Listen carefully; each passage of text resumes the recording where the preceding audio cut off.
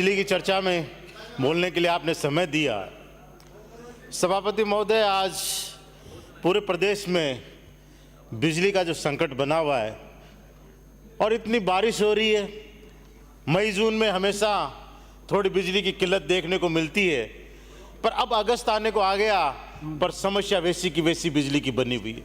आज भी गांव में रात रात भर बिजली की कटौती हो रही है, आज भी एलडी के मैसेज के माध्यम से कटौती की जा रही है, जबकि ऐसा कभी नहीं हुआ कि बरसात के सीजन में इतनी कटौती हो रही है। और सबसे ज्यादा परेशान कोई है तो वो आज किसान है।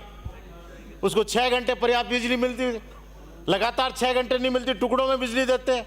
और उसमें भी जब बार बार ट्रिपिंग आती है तो वो अपना माथा पकड़ के बैठ जाता है। एक बार ट्रिपिंग आने का मतलब उसके 10-15 मिनट चले जाते हैं।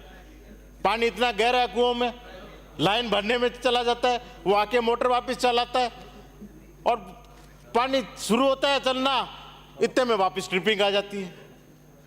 तो 6 घंटे की बिजली 3 घंटे भी उसको नहीं मिलती। बहुत बड़ी समस्या ट्रिपिंग की किसानों को हो रही है। और दूसरी, जब अगर किसी किसान का ट्रांसफार्मर जल जाए तो उस किसान की जो फसल सूखती है उसके आंखों के आंसू सूख जाते हैं।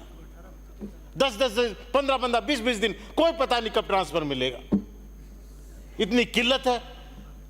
आज जरूरत है सबसे बड़ी कि सबसे पहले उस किसान को आप ट्रांसफार्मर दें जिसकी फसल खेत में खड़ी है।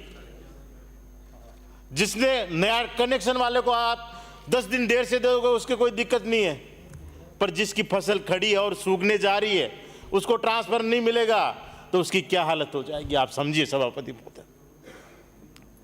वो कहीं का नहीं रहता वो किसान। एक किसान की बहुत बड़ी समस्या है कि बिजली के बिल कई बार वो भर नहीं पाता, तो विभाग से वो विनती करता है आधे पैसे ले लो, आधे पैसे में फसल पक जाएगी उसको बेच के दे दूंगा, पर उसके साथ कोई रियायत नहीं करते। और दिक्कत तब होती है जब कई बार उसका ट्रांसफार्मर उतार के ले जाते हैं। कम से कम कृषि में थोड़ी सी रियायत देने का काम करें कि अगर फसल उसकी तैयार हो और किसी कारण से कोई नहीं देता, उसके कोई ब्याज पेनल्टी लगा के उतना मौका आप दे सकते हैं।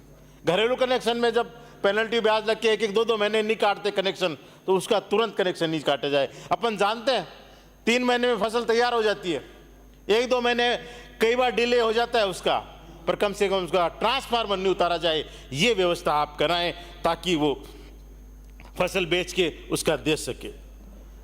मंत्री महोदय, मैं आपको धन्यवाद दूंगा इस बात के लिए कि आपने सब एमएलएस के बुलाकर उनसे चर्चा की, उनके विधानसभा क्षेत्र में क्या समस्या है, क्या बिजली की समस्या है, पर उसके बाद भी आपने फिक्स चार्ज के माध्यम से बिजली बढ़ाने का काम किया और एक अतिरिक्त बोझ पूरे प्रदेश में डालने का काम किया है।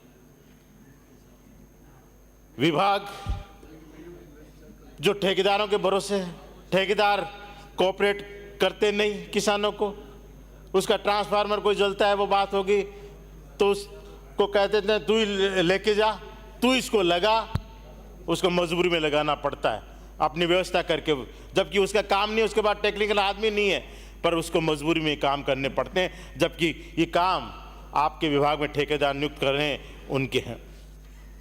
एक बहुत बड़ी समस्या किसानों की आती है सर्दियों में।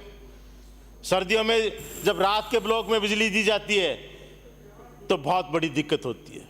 कम से कम व्यवस्था करें कि सर्दियों में दिन के ब्लॉक में किसान को बिजली मिले, ताकि रात को जब कड़कड़ाती ठंड में जब वो फसल को पानी देने जाता है तो वो दे नहीं पाता, बड़ी मुश्किल होती है, बहुत आदमी खड़े खड़े जम जाता है, उस स्थिति में वो पानी में काम करना पड़ता है। तो कैसे भी व्यवस्था करके इस व्यवस्था को बनाए कि किसान को सर्दी में कम से कम 2 ब्लॉक में बिजली मिले, दिन मिले, ये एक बात करें।